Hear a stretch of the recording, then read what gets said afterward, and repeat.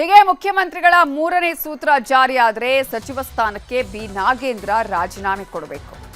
ಯಾಕಂತ ಹೇಳಿದ್ರೆ ಸಚಿವ ಬಿ ನಾಗೇಂದ್ರ ಜಾಮೀನು ಪಡೆದಾಗ ಕೋರ್ಟ್ ಹಾಕಿದ್ದ ಷರತ್ತುಗಳನ್ನ ಮೀರಿ ದೆಹಲಿಗೆ ತೆರಳಿದ್ರು ಅನ್ನುವ ಆರೋಪಕ್ಕೆ ಸಿಕ್ಕಾಕೊಂಡಿದ್ದಾರೆ.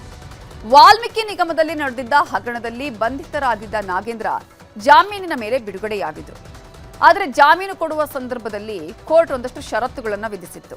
ಅದರಲ್ಲಿ ರಾಜ್ಯ ಬಿಟ್ಟು ಹೋಗುವಾಗ ಮಾಹಿತಿ ಕೊಡಬೇಕು ಅನ್ನುವ ಷರತ್ತನ್ನು ವಿಧಿಸಲಾಗಿತ್ತು.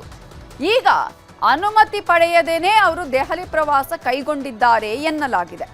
ಈ ಬಗ್ಗೆ ಸಾಕ್ಷ್ಯ ಸಂಗ್ರಹಿಸಲು ಜಾರಿ ನಿರ್ದೇಶನಾಲಯ ಮುಂದಾಗಿದೆ. ಏರ್ಪೋರ್ಟ್ನಲ್ಲಿ ಈಗಾಗಲೇ ಇಡಿ ಪರಿಶೀಲನೆ ಮಾಡ್ತಾ ಇದೆ. ಏರ್ಪೋರ್ಟ್ನ ಸಿಸಿಟಿವಿ ದೃಶ್ಯಾವಳಿಗಳು, ರಿಜಿಸ್ಟರ್ ಪರಿಶೀಲನೆಯನ್ನೂ ಮಾಡಲಾಗ್ತಿದೆ.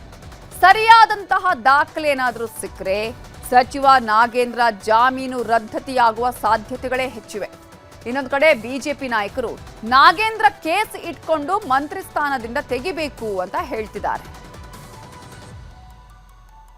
ನಾಗೇಂದ್ರ ಅವರ ವಿರುದ್ಧ ಬಹಳ ಗಂಭೀರವಾಗಿರ್ತಕ್ಕಂಥ ಆರೋಪ ಇದೆ. ಇವತ್ತು ಚಾರ್ಜ್ ಶೀಟ್ ಕೂಡ ಅವ್ರ ವಿರುದ್ಧ ಫೈಲ್ ಆಗಿರುವಂಥದ್ದು. ಯಾವ ಪರಿಶಿಷ್ಟ ಪಂಗಡದ ಮಕ್ಕಳ ಅಭಿವೃದ್ಧಿಗೆ ಮೀಸಲಿಟ್ಟಿರ್ತಕ್ಕಂಥ ಹಣವನ್ನು ಕೊಳ್ಳೆ ಹೊಡೆದಿರ್ತಕ್ಕಂಥ ವ್ಯಕ್ತಿಯನ್ನ ಮತ್ತೆ ಸಚಿವರನ್ನಾಗಿ ಮಾಡಿರ್ತಕ್ಕಂಥದ್ದನ್ನ ಭಾರತೀಯ ಜನತಾ ಪಾರ್ಟಿ ನಾವು ಖಂಡಿಸ್ತೇವೆ.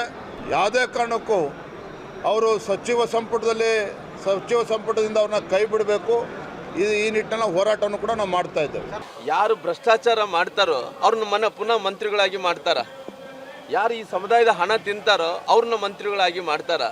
ಈ ಸಮುದಾಯದ ಮಕ್ಕಳ ಭವಿಷ್ಯನ ಕಸ್ಕೊಂಡು ಅಂತಾರನ್ನ ಇವತ್ತು ಸಮುದಾಯದ ಮಂತ್ರಿಗಳಾಗಿ ಮಾಡ್ತಾರ. ಆ ಭ್ರಷ್ಟಾಚಾರ ಅವತ್ತು ಜವಾಹರ್ಲಾಲ್ ನೆಹರು ಪ್ರಾರಂಭ ಮಾಡಿದಂಥ ಭ್ರಷ್ಟಾಚಾರ ಇವತ್ತು ರಾಹುಲ್ ಗಾಂಧಿ ಪ್ರಿಯಾಂಕಾ ತನಕ ಕೂಡ ತಲುಪ್ತಾ ಇದೆ. ಸರ್ಕಾರದಲ್ಲಿ ಇಷ್ಟೆಲ್ಲ ಗೊಂದಲ ಗದ್ದಲಗಳಾಗ್ತಾ ಇದ್ರು ಮಾಜಿ ಸಿಎಂ ಸಿದ್ದರಾಮಯ್ಯ ಮಾತ್ರ ಸೈಲೆಂಟ್ ಆಗೇ ಇದ್ದಾರೆ.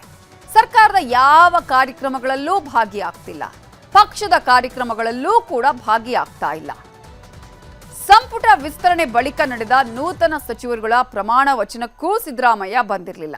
ಇವತ್ತು ಕಾಂಗ್ರೆಸ್ ಪಕ್ಷ ಹಮ್ಮಿಕೊಂಡಿದ್ದ ಕ್ವಿಟ್ ಇಂಡಿಯಾ ಚಳವಳಿಗೆ 84 ವರ್ಷ ಪೂರೈಸಿದ ತಿರಂಗಾ ರ್ಯಾಲಿ ಕಾರ್ಯಕ್ರಮಕ್ಕೂ ಸಿದ್ದರಾಮಯ್ಯ ಬರಲಿಲ್ಲ.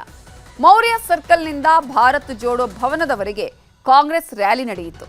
ಕೆಪಿಸಿಸಿ ಅಧ್ಯಕ್ಷ BK Hariprasad, CM DK Shivakumar ಸೇರಿದಂತೆ ಹಲವರು ಇದರಲ್ಲಿ ಪಾಲ್ಗೊಂಡಿದ್ರು. ಆದರೆ ಮಾಜಿ ಸಿಎಂ ಸಿದ್ದರಾಮಯ್ಯ ಮಾತ್ರ ಈ ಕಾರ್ಯಕ್ರಮದಿಂದಲೂ ದೂರವೇ ಉಳಿದಿದ್ರು. ಇವೆಲ್ಲದರ ಮಧ್ಯೆ ಸಿಎಂ ಡಿಕೆ ಶಿವಕುಮಾರ್ ದೆಹಲಿಗೆ ಹೋಗಿದ್ದು ಇವತ್ತೇ ಖಾತೆ ಹಂಚಿಕೆ, ಮಂತ್ರಿ ಸ್ಥಾನ ಅದಲು ಬದಲು ಆಟಕ್ಕೆ ತೆರೆ ಎಳೆಯೋದಿಕ್ಕೆ ಹೈಕಮಾಂಡ್ ನಾಯಕರ ಜೊತೆಗೆ ಸಭೆ ಮಾಡ್ತಿದ್ದಾರೆ. ಎಲ್ಲ ಓಕೆ ಆದ್ರೆ ನಾಳೆನೇ ಮಂತ್ರಿ ಸ್ಥಾನ ಬದಲಾವಣೆ, ಅದಲು ಬದಲು ಆಟ, ಖಾತೆ ಹಂಚಿಕೆಗೂ ಕೂಡ ತೆರೆ ಬೀಳಲಿದೆ.